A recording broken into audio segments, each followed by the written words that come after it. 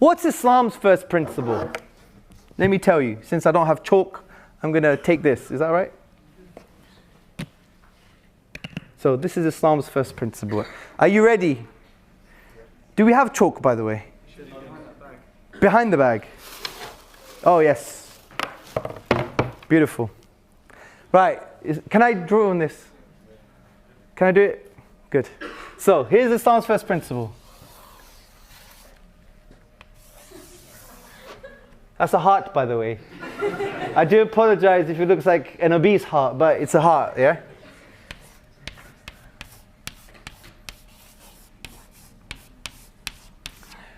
So Islam has a metaphysical view of the human being. It basically says every human being has an innate primordial state called the fitrah. Coming from the Arabic word fatara, which you have words like fatrun and fatarahu, meaning something has been created within us. And there's knowledge in this fitrah. We're not a tabula rasa. There is primary knowledge contained in your innate primordial state. That's why children smile even if they're blind. This is why we praise things all the time by virtue of their attributes, even though those attributes don't affect us in any way. We say bravo, we clap, we laugh. Because there is knowledge in the fitrah of what? That God is a reality, or the Creator is a reality, and He deserves praise. He deserves praise, right? This is contained in the primordial state, and you see it expressed in human beings all the time. Whether we like it or not, it's expressed in human beings. The idea of causality, prior causal conditions, prior creative power, we attribute even when we're atheists. We just have God replacements. It wasn't God, it was the multi-universe, yeah? It was the multiverse. We have God replacements in our language all the time. Praise, we praise things all the time. We stand, we smile, we say bravo. We express a form of praise to things all the time by virtue of their attributes, right? You know, if you like football, you like Ronaldo, you're like, wow, that was a wicked goal. Why? Because you praised him by virtue of his football skill, but he doesn't really benefit you in any direct way. So this is based on a prophetic, profound tradition of the Prophet Muhammad, upon him be peace, that can be found in the authentic narrations as narrated by Muslim, where he said that every child is born in this state, this primordial state, which is acknowledgement of God and the affinity to praise. But what happens as a result of parenting, society, sins, education, etc., is that this primordial state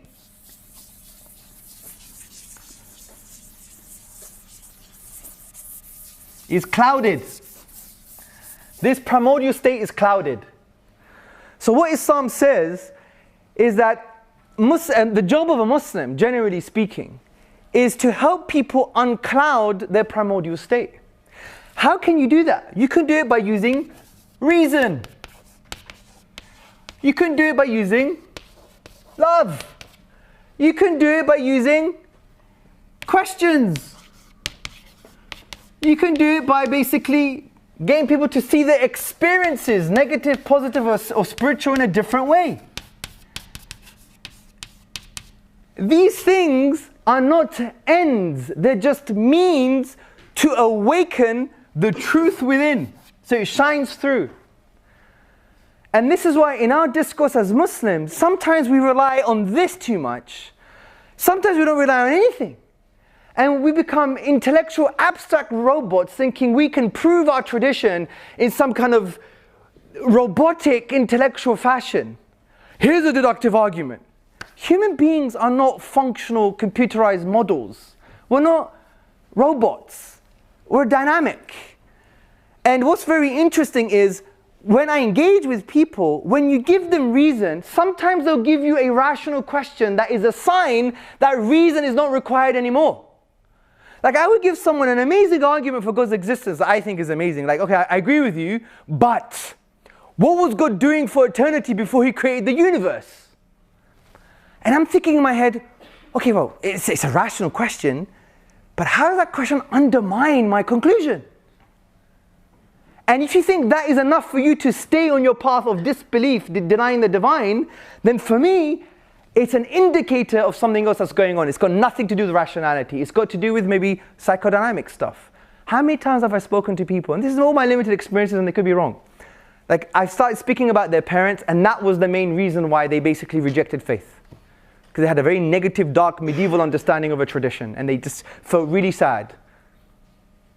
And yet, in the beginning they'll give me all of these amazing arguments against God. But then when you unravel it, then you find out it had nothing to do with that. And these are my experiences. So, why am I mentioning this is because Islam has its first principle as well. And, sometimes we don't have this intellectual and spiritual maturity to understand the human being as the human being. And sometimes we treat them as intellectual robots. Why am I saying this? Because at the end of the day, we should encourage everybody when we interact with each other to have positive experiences and not just reliant upon, I'm going to prove you wrong. That's the point I'm trying to make. How many times have I seen people embrace a faith, embrace Islam, or even love Islam a little bit more? They may not be Muslim, but appreciate it just because someone said, I don't know. Or someone said, I don't know, but I'm going to buy you a coffee. Yeah, so we have a first principle, which makes sense of Islamic epistemology as well, because you start with knowledge. If you start with primary knowledge that God exists and He deserves praise, then the whole of Islam is all about awakening that within you. It's already inside you. And if you start with primary knowledge, then you could end up with true knowledge. But if you start with nothing, then you'd always be in a state of skepticism. Anyway, there's more to it than that, but I thought I'd bring that into the discussion. It's the end of the topic. I think we can conclude that science hasn't killed religion, hasn't killed God, or led to atheism. And one of the reasons for that is because when we study the philosophy of science, we will see that science is beautiful, but it's not what we thought it was. And it's not enough to use as a baseball bat to break down the divine and break down His revelation. So, thank you very much for listening.